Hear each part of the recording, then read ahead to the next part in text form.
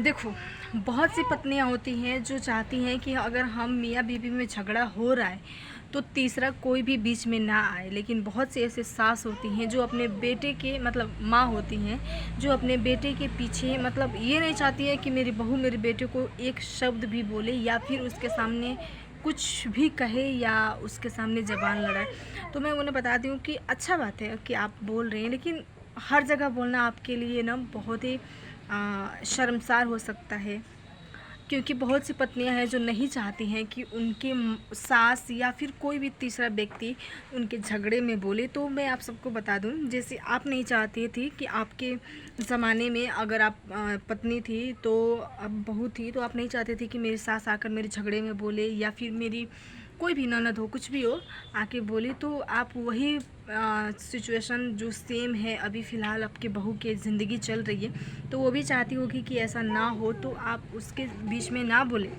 लेकिन अगर आपकी सास बोल रही है तो वहाँ पे हस्बैंड को चाहिए कि वो अपनी बीवी को समझाए कि देखो मेरी माँ का इंटेंशन गलत नहीं था, वो दिल से बहुत अच्छी है, तो वेरी मत करना। क्योंकि मेरी माँ दिल से बहुत अच्छी है और वो किसी गलत वे में नहीं बोलती है।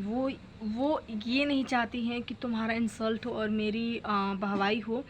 मेरी माँ का बस यही मतलब रहता है कि बस तुम दोनों झगड़ा मत करो। और लड़के को ये भी चाहिए कि वो अपनी माँ को भी समझाए कि देखो माँ, अगर हम पति पत्नी में झगड़ा हो रहा है चल रहा है तो आप बीच में ना बोला करें। क्योंकि बहुत सी ऐसी बातें होती हैं जो सिर्फ़ और सिर्फ पति पत्नी के बीच में रहे तो ही अच्छी लगती हैं। और आप ज़्यादा ना बोलिएगा, बीच में ना आइएगा, क्योंकि आज झगड़ा है तो 1 घंटे के बाद से हमारा झगड़ा ख़त्म भी हो जाएगा। तो ये बहुत सी जिम्मेदारियाँ हो जाती है पति पर, जो पति को बखूबी समझाना पड़ता है, अपने माँ को भी और अपने पत्नी को भी।